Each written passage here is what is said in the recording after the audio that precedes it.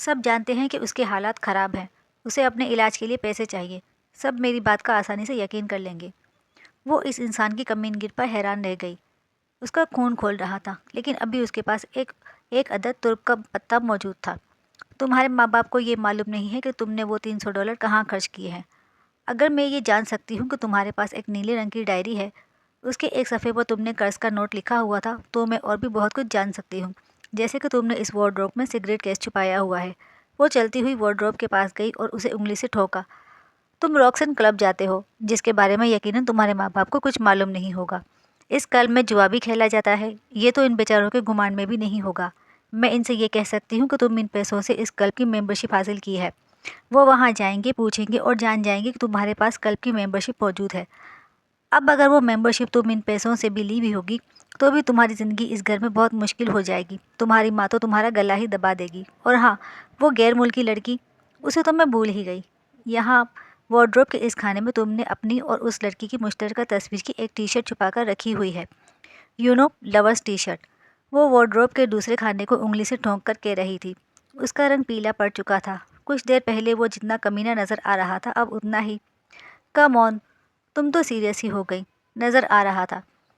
مجھے کچھ وقت دو، میں پیسے واپس کر دوں گا، اس نے دانت پیستے ہوئے کہا۔ اتنی جلدی کامیابی کی اسے امید نہیں تھی۔ جس وقت وہ اس کے گھر سے باہر نکل رہی تھی، اس وقت وہ زیر لب مسکرا رہی تھی۔ وہ اپنے شانے پر ایک تھپکی دینا چاہتی تھی۔ دراصل وہ نہیں جانتی تھی کہ اس نے وہ $300 کہاں خرچ کیے، یہ تو اس نے بس ایک عدد تکا مارا تھا۔ رہی بات باقی باتوں کی، تو جب وہ ٹیولپ پیپر کو دیکھ رہی تھی تو ایک ایک کر کے وہاں کچھ تصویریں بن کر ابھر رہی تھیں۔ بس وہ ان تصویروں کا مطلب سمجھ گئی تھی اور بروقت ان کا استعمال کر لیا تھا۔ تو یہ ٹیولپ سچویشن کے حساب سے بھی کام کرتا ہے۔ وہ آج پہلی بار ٹیولپ کی کارکردگی سے خوش ہوئی تھی۔ یہ پکڑو اپنے پیسے۔ اس نے ابو بکر کے سامنے پیسے رکھے تو وہ خوش ہونے کے بجائے حیران ہوا۔ تم نے تو واقعی یہ سب کر دکھایا، واہ! جب کسی کو قرض دیتے ہیں تو لکھوا لیتے ہیں اور 2 گواہوں کی موجودگی میں دیتے ہیں۔ مسلمان ہو تو تھوڑا سا مذہب کا مطالعہ بھی کر لو۔ وہ اسے لیکچر دینے لگی۔ اس نے گہری سانس لی۔ دوست کسی نہیں ہوتے۔ جب اسے پیسے چاہیے تھے تو وہ میری بہت منتیں کر رہا تھا۔ میں یہ پیسے اپنے علاج کے لیے جمع کر رہا تھا، پھر بھی میں نے اسے دے دیے۔ حادثے کے بعد میں اس کے پاس گیا کہ شاید وہ مجھے میرے پیسے واپس کر دے، لیکن وہ ایسے بن گیا جیسے مجھے جانتا ہی نہیں۔ مجھے اس کے رویے پر دکھ ہوا۔ اب تم ان پیسوں کا کیا کرو گے؟ تم کیوں پوچھ رہی ہو؟ کیونکہ عقل اور اخلاق کا تقاضا ہے کہ تم اس میں سے مجھے میری فیس کے پیسے نکال کر دے دو۔ اس نے ڈھیٹ بن کر کہہ ہی دیا۔ آپ جانتے ہی ہیں کہ ڈھیٹ ہونا آسان نہیں ہوتا، انسان کو پوری طرح سے بے شرم ہونا پڑتا ہے۔ او ہاں، وہ مسکرایا اور اسے اس کی فیس دے دی، کافی کے ساتھ ایک چھوٹی سی پیسٹری اور 2 میفر۔ اور یہ بھی آپ جانتے ہیں کہ انسان پر برا وقت آتا ہے تو ہر طرف سے آتا ہے۔ اگلے دن وہ اسے اپنی دوسری فرینڈ کے گھر لے گیا۔ وہ ایک مریل سی لڑکی تھی، ٹیلر، جو ذرا سی ہوا چلنے پر اڑ سکتی تھی۔ شاید اسی لیے اس نے کافی سارے سویٹر پہنے ہوئے تھے، ہوا سے جنگ کرنے اور جیت جانے کے لیے۔ ہر بار یقیناً ہوا ہی جیت جاتی ہوگی، کیونکہ اس کے چہرے پر زخموں کے کافی نشانات تھے، جیسے کوئی انسان کھمبوں اور دیواروں سے ٹکراتا رہا ہو۔ وہ جیسی چپس کے خالی پیکٹ کی شکل نہیں ہو جاتی، ویسی۔ اسے دیکھ کر بے ساختہ ابو بکر کی طرف دیکھنے کو جی چاہتا کہ تمہیں اور کوئی نہیں ملا تھا دوست بنانے کے لیے جو تم نے اس سے دوست بنا لیا؟ لو بتاؤ بھلا۔ وہ تینوں آمنے سامنے بیٹھ گئے تو لڑکی نے 5ویں بار ابو بکر کو یہاں کیوں آئے ہو کی سوالیہ نظر سے دیکھا۔ ابو بکر کیا بولتا، اسے ہی بولنا پڑا۔ ابو بکر اپنی کتاب کا مسودہ واپس لینے آیا ہے، اس کی موٹی سی ڈائری جس پر وہ اپنی تخلیق لکھ رہا تھا۔ کیسی ڈائری؟ کون سی کتاب بھائی؟ وہ کمزور ناتواں ضرور تھی، لیکن اداکاری بہت کمال کی کر رہی تھی۔ وہ کتاب جو یہ چند سالوں سے لکھ رہا تھا اور تم اس کے کمرے سے چرا لائی تھی۔ لڑکی کا چہرہ زرد پڑ گیا، لیکن وہ مکمل اداکارہ بنی بیٹھی رہی۔ تمہیں کوئی غلط فہمی ہوئی ہے، ابو بکر کی کوئی چیز میرے پاس نہیں ہے۔ پتہ نہیں تم کیا بات کر رہی ہو۔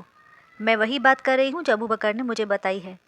ابو بکر تمہیں کیسے بتا سکتا ہے؟ یہ تو بول ہی نہیں سکتا، اس کے ہاتھ بھی کام نہیں کرتے۔ اس نے ہاتھ لہرا لہرا کر ابو بکر کے جسمانی نقائص کی طرف اشارہ کیا۔ میں آنکھوں کی تحریر پڑھ لیتی ہوں۔ محترمہ علیزہ کو فلمی ڈائیلاگ بولنے کا شوق ہوتا، وہ کوئی موقع جانے نہیں دینا چاہتی تھی۔ آنکھوں کی تحریر؟ لڑکی کو بڑی زور سے ہنسی آئی اور وہ دیر تک ہنستی رہی۔ اس کی ہڈیوں کا پنجر چوں چوں ہلتا رہا۔ لگتا ہے تم دونوں کو علاج کی ضرورت ہے۔ تم تو بالکل پاگل لگتی ہو، اور یہ بیچارہ۔ خیر، چائے پی لی ہے تو اب اٹھ کر چلنے کی کوشش کرو۔ وہ سامنے دروازہ ہے اور اس کے باہر سڑک ہے۔ نظر آ رہا ہے یا میں اٹھ کر دکھاؤں؟ علیزہ اٹھ کر کھڑی ہو گئی جبکہ ابو بکر چپ بیٹھا علیزہ کو دیکھتا رہا۔ دراصل وہ اس کی پرفارمنس سے خوش ہو رہا تھا۔ اگر میں نے پولیس کو شکایت کر دی تو وہ تمہارے گھر کی تلاشی لیں گے۔ پھر کتاب نکل آئی تو کر دو شکایت۔ اگر واقعی میں ایسی کوئی کتاب ہے تو ابو بکر یہ دعویٰ کیسے کر سکتا ہے کہ یہ اسی کی ہے؟ اگر میں دھوکے باز ہوں تو اب تک میں نے کتاب کو کمپوز کر لیا ہوگا، اس کے ہاتھ کے لکھے مسودے کو ضائع کر دیا ہوگا۔ پھر کیسے ثابت کرو گے؟ علیزہ نے گردن موڑ کر ابو بکر کی طرف دیکھا۔ ابو بکر نے شانے اچکا دی کہ تم ہی اس کی جرب زبانی سے نپٹو۔ یہ محاذ اب تمہارا ہے، جنگ جیت جاؤ یا شہید ہو جاؤ۔ کچھ خدا کا خوف ہی کر لو، اس نے چڑھ کر کہا اور ابو بکر کو ساتھ لے کر اس کے چڑیا گھر سے باہر آ گئی۔ وہ کتاب تمہاری ہے؟ دونوں فٹ پاتھ پر چل رہے تھے۔ ہاں، میں اپنی بیماری اور محسوسات پر لکھ رہا تھا۔ یہ بات ٹیلر جانتی تھی، اسے وہ کتاب بہت پسند تھی۔ وہ بار بار مجھ سے کہتی تھی کہ یہ کتاب بہت کامیاب ہوگی، میں جلد ہی بہت امیر ہو جاؤں گا۔ تو حادثے سے پہلے چھپوا لیتے، اب تک امیر ہو چکے ہوتے، میری بھی جان چھوٹتی۔ اس نے چڑھ کر کہا، میں کتاب لکھ رہا تھا، نوڈلز نہیں بنا رہا تھا جو 10 منٹ میں تیار ہو جاتے۔ اس نے بھی چڑھ کر کہا، چھوڑو پھر اسے ہی چھپوا لینے دو، تم یہ سمجھ لو کہ تم نے کچھ لکھا ہی نہیں ہے۔ اس نے لاپرواہی سے کہا، تم اتنی جلدی ہمت ہار جاتی ہو، تم زندگی میں کبھی کامیاب نہیں ہو سکتی۔ مجھ پر طنز نہ کرو، سمجھے؟ ابھی تمہیں تمہارے پیسے واپس لے کر دیے ہیں میں نے، تو بس ٹھیک ہے، یہ کتاب بھی لے دو۔ اس میں میرے بچپن کی یادداشتیں بھی ہیں، ویسے بھی وہ ادھوری ہے، اگر مکمل ہوتی تو ٹیلر اب تک اسے چھپوا چکی ہوتی۔ اب یہ سب تمہاری ذمہ داری ہے، تم بس پکڑو اور اپنے گھر جاؤ، نوڈلز کھاؤ اور ٹی وی دیکھو۔ مجھے کیا سمجھا ہوا ہے تم نے؟ جواب دو۔ قاتل، تم نے ایک لڑکی کو خودکشی پر مجبور کر دیا تھا۔ کتنے ظالم ہو تم، مجھ پر طنز کر رہے ہو؟ انگلی کو تلوار کی طرح لہرا کر وہ غصے سے چلائی، کتنی بے حس ہو تم، ایک انسان کی مدد نہیں کر سکتی؟ وہ پرسکون کھڑا رہا۔ مدد کی بھی ایک حد ہوتی ہے، تم چاہتے ہو میں رات گئے اس کے گھر چھپ کر جاؤں اور تمہاری کتاب کا مسودہ چرا لاؤں؟ ہاں، کیوں نہیں، تم چور بن سکتی ہو، اچھے کام کے لیے چوری کرنا برا نہیں ہوتا۔ اچھائی کے سارے فلسفے اب تمہیں یاد آنے لگے ہیں۔ تمہاری کتاب تمہیں مل جائے گی تو مجھے کیا فائدہ ہوگا؟ تمہیں دعائیں دوں گا، یہ فائدہ کیا کم ہے؟ وہ خاموشی سے اس سے 2 قدم آگے چلتی رہی۔ ایک بہت بڑے ڈاکٹر سے میری بات چیت چل رہی ہے، وہ میری سرجری کرنے کے لیے تیار ہے، لیکن ظاہر ہے مجھے اس کے لیے بہت سارے پیسے چاہیے ہوں گے۔ میری ماں ایک معمولی سی جاب کرتی ہے اور میں کوئی جاب نہیں کر سکتا۔ میں حکومتی فنڈ کے انتظار میں ساری زندگی نہیں بیٹھ سکتا۔ میں بولنے لگوں گا تو میری زندگی بدل جائے گی۔ ٹیولپ اس کے سامنے کھلا ہوا تھا، وہ اس کی بات پڑھ رہی تھی۔ چلتے چلتے وہ رک گئی اور پلٹ کر اس کے پاس آئی۔ تم واقعی میں بولنے لگو گے؟ میری ماں کو یقین ہے کہ ایک دن ایسا ضرور ہوگا۔ دیکھو، وہ کتاب بہت قیمتی ہے، وہ ایک گونگے انسان کی کہانی ہے، اس میں میری یادیں، میرے جذبات ہیں، وہ میری ڈائری ہے۔ اب وہ ڈائری کسی اور کو پیاری ہو چکی ہے اور میری مانو تو اسے اس مریل سی لڑکی کے پاس ہی رہنے دو۔ اس سال بہت ریکارڈ توڑ سردی پڑنے والی ہے، وہ لڑکی درجہ حرارت گرتے ہی اوپر اٹھ جائے گی، تم فکر نہ کرو، پھر آرام سے وہ ڈائری تمہیں واپس مل جائے گی۔ اس نے مسکرا کر اس کا شانہ تھپ تھپایا تو وہ آنکھیں ترچھی کر کے اپنے شانے کو دیکھنے لگا، پھر زیر لب مسکرایا۔ زندگی میں ساری قیمتی چیزیں صرف پیسوں سے ہی حاصل نہیں کی جا سکتی، ایک عدد دوستانہ تھپکی بھی بہت قیمتی ہوتی ہے۔ ٹھیک ہے، میں فکر نہیں کرتا، لیکن تم فکر کرنا نہ چھوڑنا، تمہیں ہر حال میں اسے واپس لینا ہے۔ ٹیولپ نے مسکراتے ہوئے اس تک اس کا پیغام پہنچایا تو اس نے پیر پٹکے تھے۔ ڈائری کتنی بھی قیمتی تھی، اسے واپس نہیں ملی تھی۔ اس نے ایک اور بار جا کر اس لڑکی کی منت کی تھی کہ وہ ایک بے بس انسان کی چیز پر قبضہ کر کے اپنی خواہشات پوری نہ کرے۔ اس کی زندگی تو ویسے ہی مشکل ہے، اسے اور مشکل نہ بنائے۔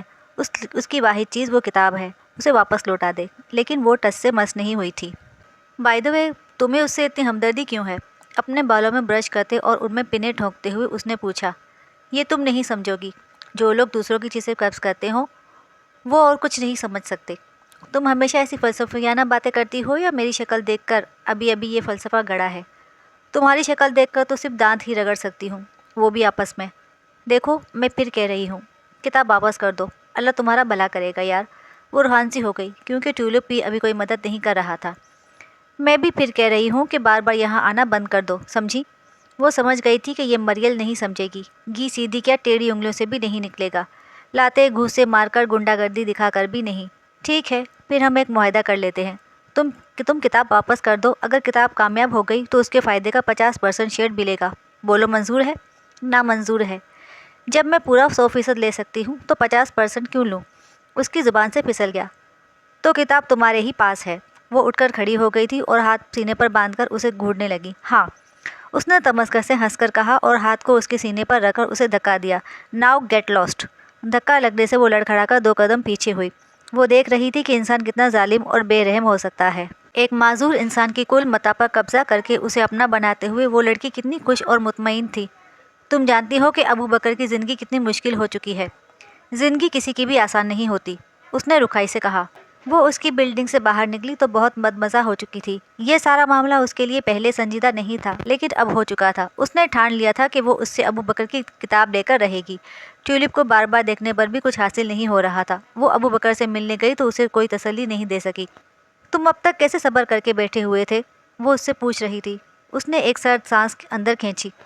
مجھ جیسے لوگ پیدا ہوتے ہی صبر کرنا سیکھ جاتے ہیں۔ قدم قدم پر ہمارے ساتھ ایسے واقعات ہوتے ہیں کہ ہم ان کے عادی ہو جاتے ہیں۔ اس دنیا میں اچھے برے سب لوگ ہیں، لیکن برے لوگ زیادہ ہیں، اور وہ ہمیں بار بار ملتے ہیں، دھوکہ دیتے ہیں، تکلیف دیتے ہیں۔ سچ کہوں تو میں پہلے بہت خوش امید تھا کہ آہستہ آہستہ میرا ہاتھ کام کرنے لگے گا اور میں ایک ہاتھ سے کافی کچھ کر لوں گا۔ میں اپنے کوشش کے بل بوتے پر معجزے کے انتظار میں تھا۔ میری ڈگری مکمل ہونے والی تھی جب یہ حادثہ ہوا تھا۔ میں ذہنی طور پر ڈسٹرب ہو گیا تھا۔ میرے پاس سب کچھ نامکمل ہے، ایک نامکمل خاندان، ایک نامکمل جسم اور نامکمل ڈگری۔ میں اپنے دوست کے ساتھ ایک موبائل ایپ پر کام کر رہا تھا جو گونگے بہرے لوگوں کے لیے بہت مددگار ثابت ہو سکتی تھی۔ کیا واقعی؟ تو کیا بنا اس ایپ کا؟ اس نے بہت خوشی سے پوچھا۔ 3 ہفتے پہلے میرا دوست وہ موبائل ایپ لانچ کر چکا ہے۔ اسے بہت اچھا رسپانس ملا ہے۔ ایپ کو بہت پسند کیا جا رہا ہے۔ ایک بڑی کمپنی اس سے معاہدہ کر چکی ہے۔ اسے حکومتی گرانٹ بھی مل چکی ہے۔ نیوز پیپر میں بھی اس کے انٹرویوز آ رہے ہیں۔ وہ ترقی پر ترقی کرتا جا رہا ہے۔ اور تم؟ اس نے افسوس سے ایک گہرا سانس کھینچا۔ ایپ کا آئیڈیا میرا تھا۔ اس ایپ پر میں نے اس کے ساتھ کام کیا۔ آج صبح میں نے ایک ٹی وی شو میں دیکھا تو وہ کہہ رہا تھا کہ اس کی ایک میٹ گونگی بہری تھی جسے دیکھ کر اسے یہ ایپ بنانے کا خیال آیا تھا۔ وہ حیران سے اسے دیکھ رہی تھی۔ مجھے ایڈریس دو اس فرینڈ کا، ایک عدد منہ توڑ مکہ اس کا حق بنتا ہے۔ مجھ جیسے لوگ صبر کرنا سیکھ جاتے ہیں کیونکہ ہم جان جاتے ہیں کہ ہمیں اپنی معذوری ہی نہیں، لوگوں کی ذہنی معذوری اور لالچ کو بھی جھیلنا ہے۔ ہم ہنس کر لیٹ گو کرتے ہیں، اپنی یادداشت کمزور کر لیتے ہیں تاکہ نارمل لوگوں کے ایب نارمل رویے کو بھول سکے۔ ہمیں معاف کرنا آتا ہے۔ ہم دوستی کرتے ہیں تو پیٹھ پر وار نہیں کرتے۔ تم مایوس ہو چکے تھے اور خودکشی کرنے لگے تھے؟ اس نے ڈرتے ڈرتے پوچھا۔ وہ ہنس دیا۔ ماما کو پتہ نہیں کیوں ایسا لگتا ہے کہ میں یہ سب کرنے لگا تھا۔ وہ ہر وقت ایسی کتابیں پڑھتی رہتی ہے جو انہیں مجھ جیسے انسان کی نفسیات کو سمجھنے میں مدد دے سکے، یا پھر ایسی فلمیں اور ڈاکومنٹریاں دیکھتی رہتی ہیں۔ کہیں کسی فلم میں مجھ جیسے انسان نے خودکشی کر لی تھی۔ بس تب سے انہیں لگنے لگا ہے کہ کسی دن میں بھی پانی کے پول میں کود کر خود کو ختم کر لوں گا۔ تو تم اپنی اس موجودہ حالت سے خوش ہو؟ میں خوش نہیں ہوں، میں مایوس بھی نہیں ہوں اور ایسا برامید بھی نہیں ہوں۔ میں ایک عام انسان ہوں، کمزور ہوں، ناتواں ہوں، تکلیف میں ہوتا ہوں تو کراتا ہوں، خوش ہوتا ہوں تو مسکراتا ہوں۔ میں پہاڑ یا چٹان نہیں ہوں۔ میں ہمیشہ مضبوط نہیں رہ سکتا۔ میں بھی ٹوٹ جاتا ہوں لیکن پھر خود کو جوڑ لیتا ہوں۔ میں بھی ہر طرح کے جذبے سے گزرتا ہوں۔ میری بھی خواب ہیں اور میں ان خوابوں کی تعبیر حاصل کرنا چاہتا ہوں۔ وہ اس سے پہلی بار متاثر ہوئی تھی۔ آج اسے معلوم ہوا تھا کہ مشکل زندگی کسے کہتے ہیں۔ آج اس نے جانا تھا کہ پیسوں کی کمی غربت نہیں ہوتی، اچھی خوبیوں کی کمی غربت کہلاتی ہے۔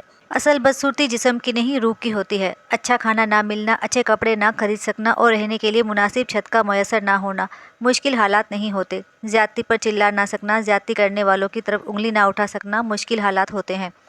ویسے میرے آنے سے تمہاری زندگی میں کافی تبدیلی آئی ہیں، ہے نا؟ اس نے شوقی سے پوچھا۔ وہ اسے ہنسانا چاہتی تھی۔ ہاں بہت۔ وہ دیر تک ہنستا رہا۔ مذاق اڑا رہے ہو میرا؟ وہ اور زیادہ ہنسنے لگا۔ پہلے اس کا دل چاہا کہ منہ پھلا کر چلی جائے۔ اسے اس کی ہنسی بری لگ رہی تھی، لیکن پھر وہ اسے چپ چاپ دیکھتی رہی۔ وہ ہنس ہی تو رہا تھا، اس پر ہی صحیح۔ جس انسان کی ہنسی اس جیسے کتنے ہی لوگوں نے چھین لی تھی، اسے ہنسنے دیا جائے، خوش ہونے دیا جائے، کچھ دیر کے لیے اسے یہ بھول جانے دیا جائے کہ وہ ایب نارمل ہے، معذور ہے۔